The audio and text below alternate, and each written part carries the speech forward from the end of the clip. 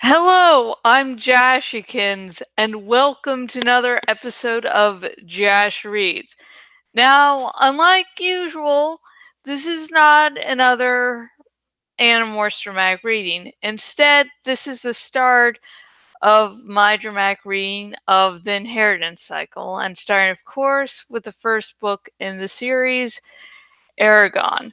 This is a little odd for me just because it's third person, and when I'm reading something first person point of view, it makes it so much more easier for me to tell what sort of tone to go with. So just be aware, probably the first few chapters I might be a little iffy, or I might start off with what I want to end up doing for the rest of the series. So feedback would be appreciated. And before I begin, I checked to make sure that Rev Resner won't suddenly, be calling in the middle. So hopefully,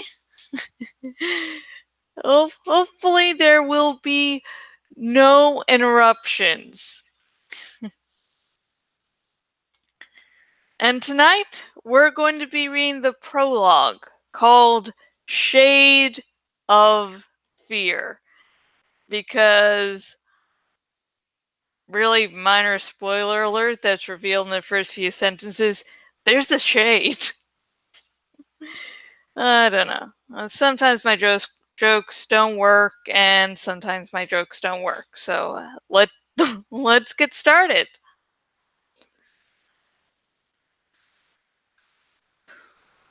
Wind howled through the night, carrying a scent that would change the world. A tall shade lifted his head and sniffed the air.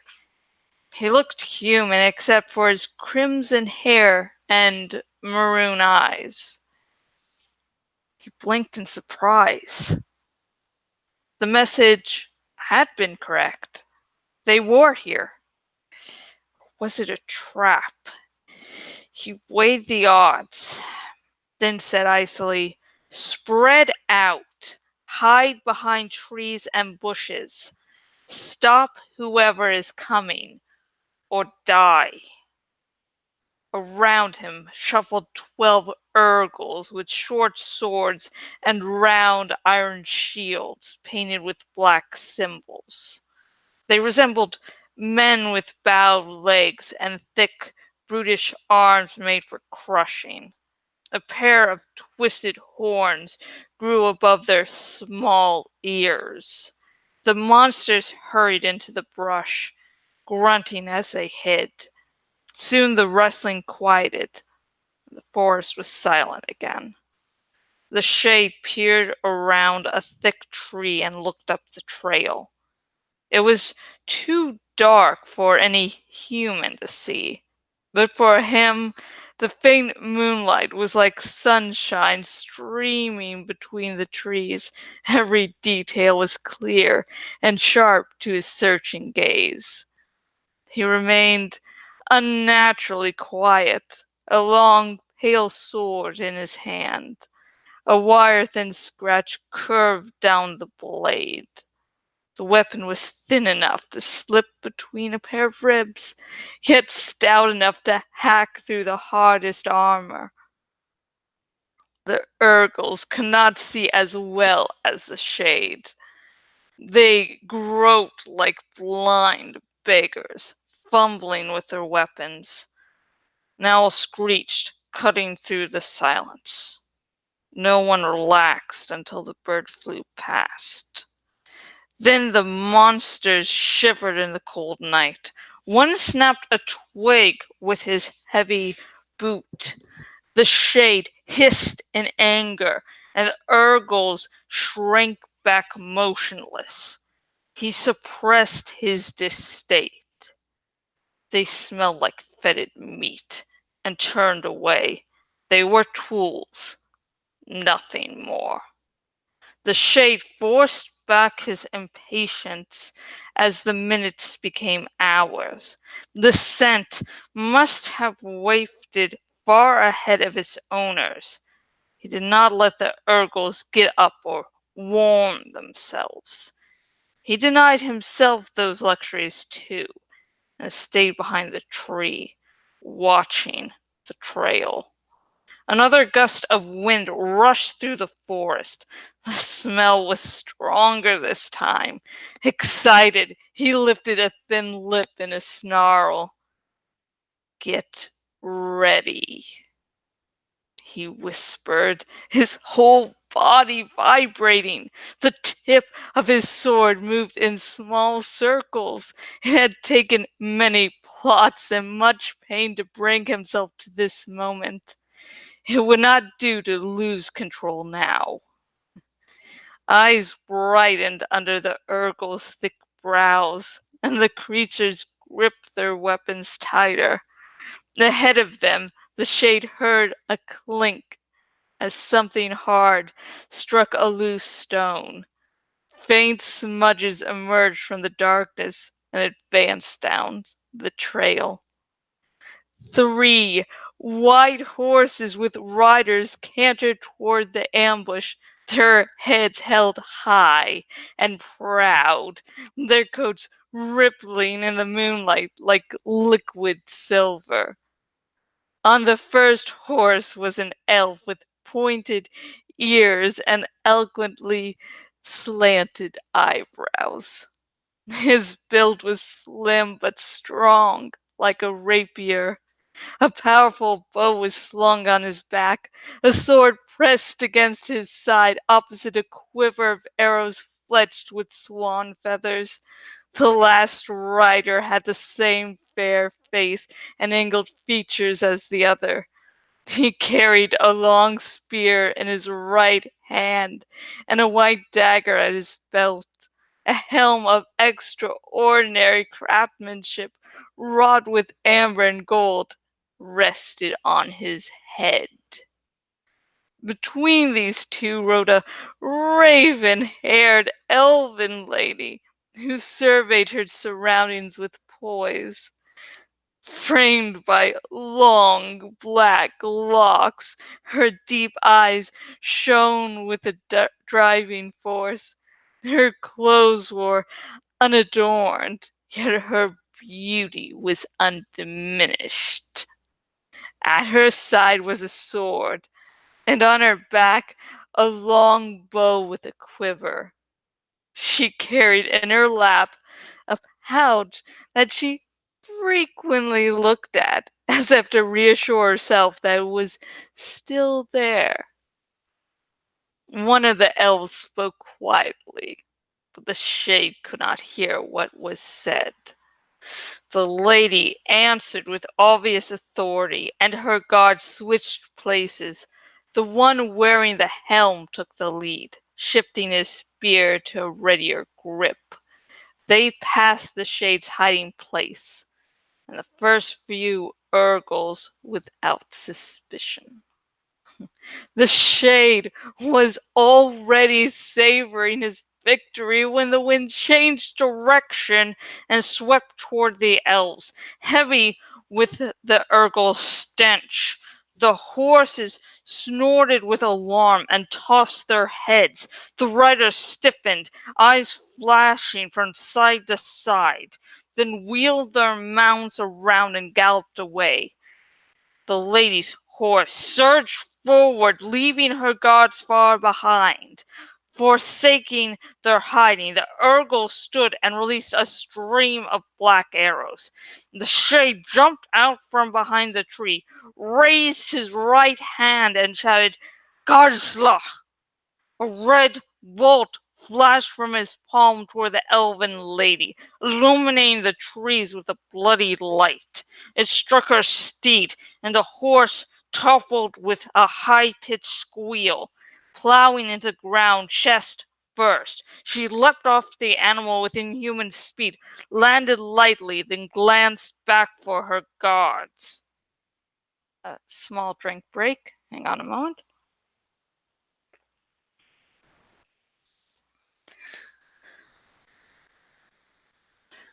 The Urgle's deadly arrows quickly brought down the two elves. They fell from the noble horses, blood pooling in the dirt. As the Urgles rushed to the slain elves, the Shade screamed, "After her!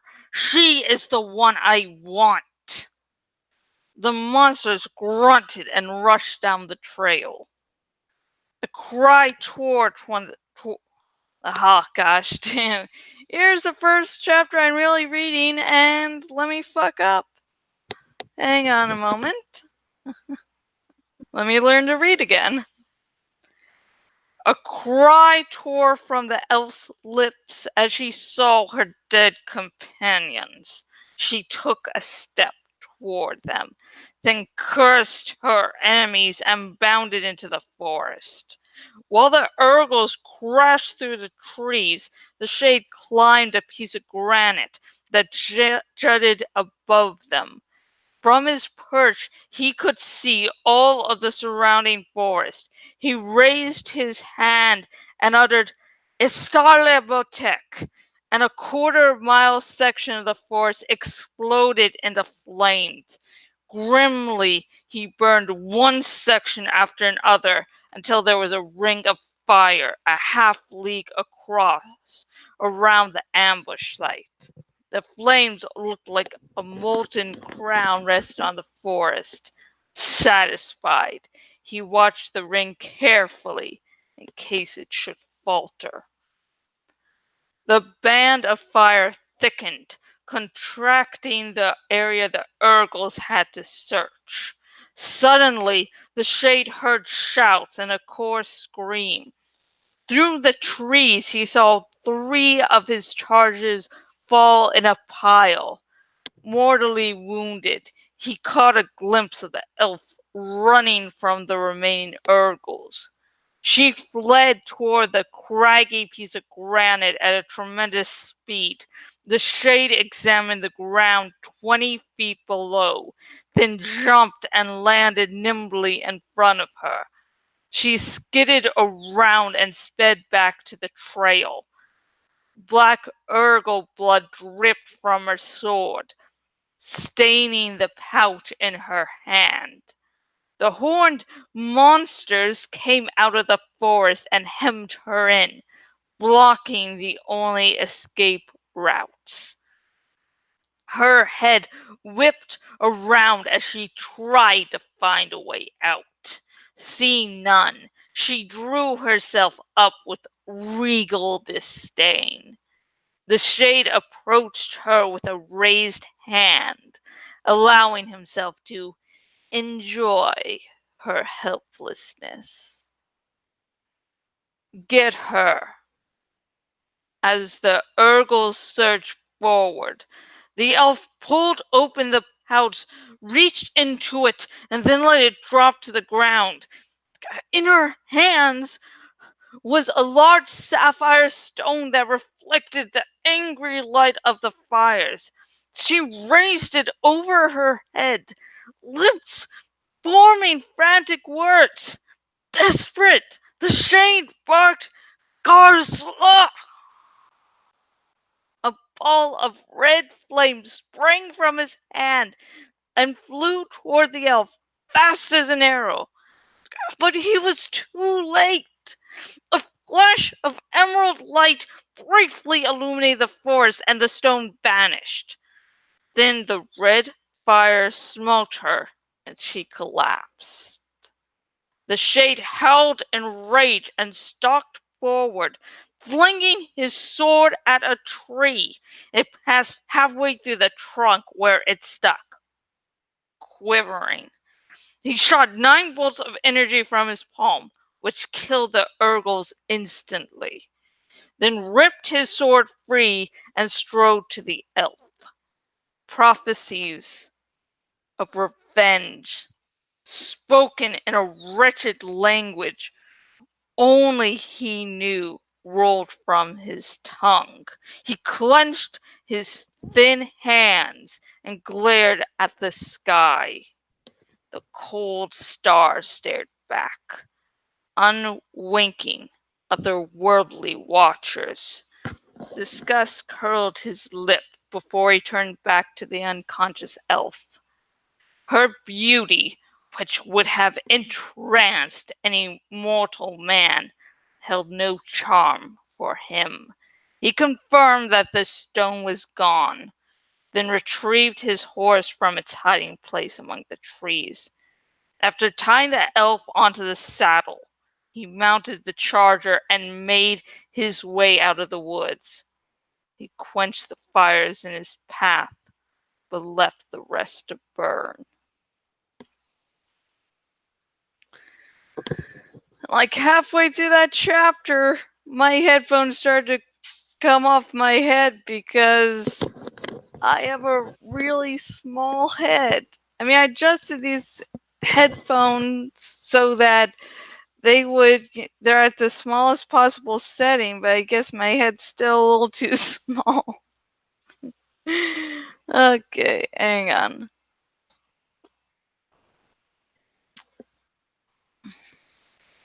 Okay. So, yeah, that happened. I do like the entrance of the shade. The prologues are, if you're reading a book and it has a prologue, don't skip the prologue. The prologue can contain important information, like world building, and it can also contain, themes and such that are relevant to the rest of the book as a whole. And we'll be seeing more of the shade. So that's fair. And he is I guess, sort of a big antagonist, at least one of the main ones that we really get introduced to. One of the main big bads, I guess you could say. So it's good that we're introduced to him in the prologue, which you should not skip. You should not skip any prologues. Sorry, I am on some writing groups on Facebook, and some are like, "Yeah, I just skip prologues." It's like, the heck? And so they're like, "Well, I skip prologues, and then I'm confused for the rest of the book." I'm like, "Really, really?" So I'm sorry if I'm harping on just read the prologue, because it seems like a lot of people like to skip them. But anyways, it's good. One good thing that the prologue does is introduce the shade. Because, setting up one of your antagonists as the first person you see sort of shows audiences you need to pay attention to them. And yes, the lady elf does, pop up again. So it's also good that she is also introduced too. So two key figures are introduced in the prologue, so you know to pay attention to them. Even if you don't immediately see them in the next like 2 or 3 chapters, in the back of your mind you're thinking about them and you're sort of waiting for them to reappear. Yeah. So what did you think about this chapter? Like prologue. Prologue's a chapter, I guess. Type a very special type of chapter that everyone should read. I'm sorry, seriously, like those Facebook groups have really been ingrained in my mind. So, what did you think about the prologue? And I'd like to know also, did you skip it your first time reading? Don't be ashamed. It's okay. There are other people like you. So, I won't shame you for it. I just would generally like to know if you did skip the prologue in this book because it was a prologue. And, okay, sorry. This is basically the same basic outro I do for my Animorphs Dramatic readings, and for some reason now it's like, I don't know what to do. I've never done this before. So, okay. Okay, I can do this. I can do this outro. I can get through this. So please comment down below with your thoughts on the chapter, and remember, no major spoilers. I'm sort of hoping that some people come into these videos without knowing, you know, about the series, about what's going to happen. So for those people, I would adore if you did not spoil any of the major plot points. And if you do want to talk spoilers with me, because I have read this series multiple times before, if you're on the YouTubes, link in the description to my Tumblr Ask box where you can talk anything about the inheritance cycle to me. I mean, your theories on a possible sequel series. Anything. Sky's the limit. And if you've been listening to this and would like to read the actual book, have an actual copy of the actual book so you don't have to listen to my annoying voice. If you're on the YouTubes, link in the description, and if you're on my blog, link down below, and both links will take you to where you can buy your very own copy of Eragon by Christopher Polini. I hope I do not keep on butchering his name. And I can understand if you don't want to buy the book via those links for any various reasons. But if you do buy it from those links, you actually end up doing three things. The first is you get your very own copy of Eragon by Christopher Polini. 2, you help support said author. And 3, you help support me and everything I do on this YouTube channel and my blog as a whole. So, yay! I'm important, possibly. Anyways, if you're on the YouTubes, please like this video if you read the prologue. Sometimes I have a clever thing to say and then, just thumbs up for it. And sometimes, like tonight, I don't have anything clever to say. Also, please subscribe because I will be reading the entire inheritance cycle. And if you're interested in Animorphs, I am reading all of Animorphs too, so 2 series for you to listen to me read, so sometimes I have better days than others, so woot! Why, yeah. And if you're on my blog and on the desktop version of my blog, please choose the follow by email option so you never again miss out on any post by me. I just don't do these dramatic readings. I also do reviews, mini reviews, fanfics, and a bunch of other stuff. So, check that out. Don't miss out. And if you're a member of Flight Rising, I am currently doing my monthly Flight Rising giveaway. And since I've got a better collie team and I'm going to be opening my leveling shop soon, future giveaways should showcase, newer Janes, not really old ones, because I haven't really had a chance to really gene up my dragons, so. And yes, if you're wondering, yes, I really love dragons, and that's a big reason I started to read the inheritance cycle, because dragons, dude. Okay, let's see. And the next episode of my dramatic reading of Eragon will be on Wednesday. And just as a future warning, usually I will only be doing my Eragon dramatic readings on Wednesday, and only one part will be released per week. The reason why Monday, today, and last Friday had, more of my Eragon dramatic readings was because only one episode of my Amherst dramatic readings were released on those days. So I'm reading a book I love to help combat the YouTube algorithm. So yeah. So next episode, again, the next episode of my Eragon dramatic reading will be on Wednesday. So stay tuned for that. And usually these outro parts flow better, and some days they're like tonight. Yay! So until next video, until Wednesday, goodbye.